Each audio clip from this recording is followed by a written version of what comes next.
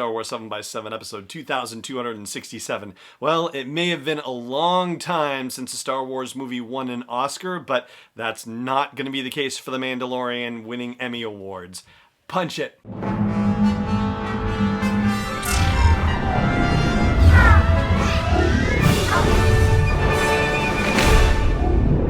Hey Rebel Rouser, I'm Alan Voivod, and this is Star Wars 7 by 7, your daily dose of Star Wars joy.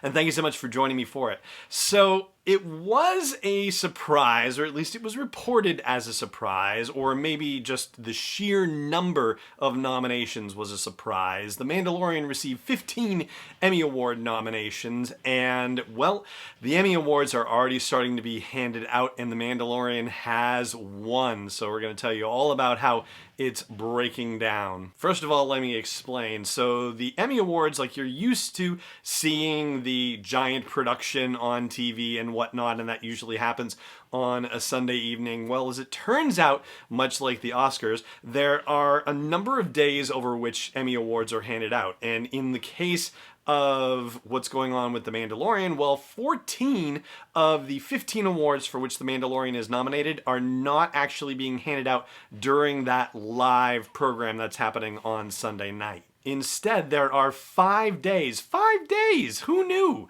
I certainly didn't, so this is all news to me. 5 days of Creative Arts Emmy Award presentations. The first 2 nights were about reality shows and nonfiction programs. The second night was about variety shows, and now night 3 has just passed. That was last night. It was the first of the scripted TV show nights, and The Mandalorian was up for 9 of the awards that were handed out last night.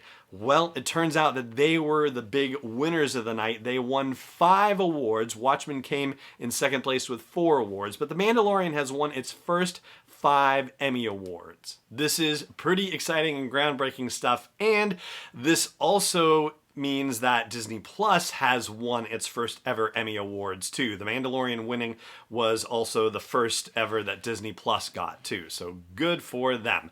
So the 5 awards that The Mandalorian took home were for production design on episode 1, The Mandalorian, that's just what it's called. They didn't actually give it a title, but apparently for the Emmy Award submission purposes, they just call it The Mandalorian. And they also won for sound editing for that episode, for episode 1 of the series. Meanwhile, episode 2 was nominated for a couple of awards and won as well. That episode is called The Child. That's the one where they have the run-in with the off-world Jawas and have to defeat the Mudhorn, right? So that one won for special visual effects and also for sound mixing. And finally, they won for cinematography, and that one was for episode 7, which is The Reckoning, when the Mandalorian comes back home to Navarro. And it turns out, actually, the Department of Corrections is kicking in here. I said that 9 of the awards for which the Mandalorian had been nominated were handed out on Wednesday night. It was actually 10. 10 of the 15 Emmy nominations were handed out last night. So the Mandalorian won 5 out of its 10 nominations. Where it lost was in picture editing. So picture editing, they had actually put 3 different Mandalorian episodes up for that category, and all 3 of them lost to the TV series Succession from Amazon. They also lost in fantasy and sci-fi costumes. They lost that one to a Watchmen episode, and they lost the prosthetic makeup category to an episode of Star Trek Picard. So wins in production design, cinematography, sound editing, sound mixing, and special visual effects. Those latter ones with sound editing and sound mixing and special visual effects, those ones are categories for which Star Wars movies tend to be nominated and have unfortunately not taken home Oscars for recent installments, and actually even going back into the prequel era as well. But great to see The Mandalorian take those home. The losses for costumes, for picture editing on 3 separate episodes, and on prosthetic makeup. So that leaves 5 more awards to be handed out for which The Mandalorian is still in competition. One of them is going to be the Outstanding Voiceover Acting nomination for Taika Waititi, and that award's going to be handed out today, Thursday, so sometime later this evening after this episode drops, and so we'll probably give you a note about it on tomorrow's episode for however it turns out. Night 5 for the Creative Arts Emmys is actually happening on Saturday, And there are, let me do the math, 3 awards for The Mandalorian that they are up for that night.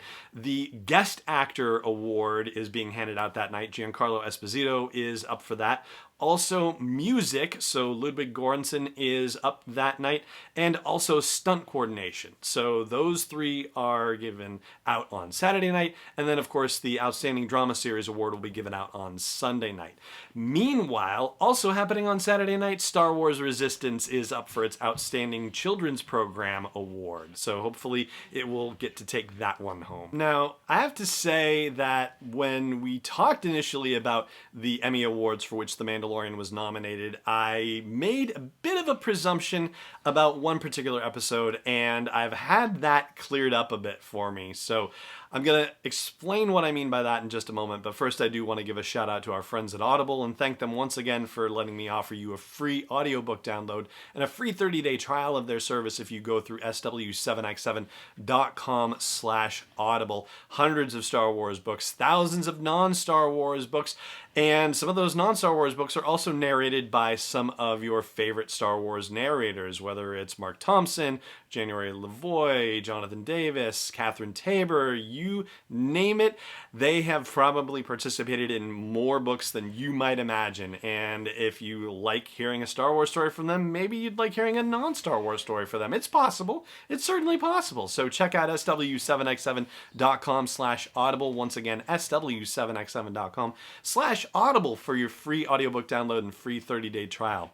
So back when we were talking about the Emmy Award nominations, I noted that 7 out of the 8 episodes of The Mandalorian had been nominated for some aspect of their production. The one that wasn't was The Gunslinger, which was episode 5, the one directed by Dave Filoni. Or should I say, which was directed by Dave Filoni. Anyway, so at the time, I had thought that that was kind of a sign of, well, gee, I guess the Academy didn't think very much of that episode out of all the other episodes. Well, apparently that's not exactly accurate, because there was some conversation happening on Twitter, and Tracy Canobio, who works with Lucasfilm, says that the production actually decides what episodes they are going to submit for the different categories, and that when they do submit, that they are focusing on the episodes and on which ones will have the aspects that best demonstrate the quality of the work for which they are submitting in a particular category. So it's not the Emmy Awards folks that were evaluating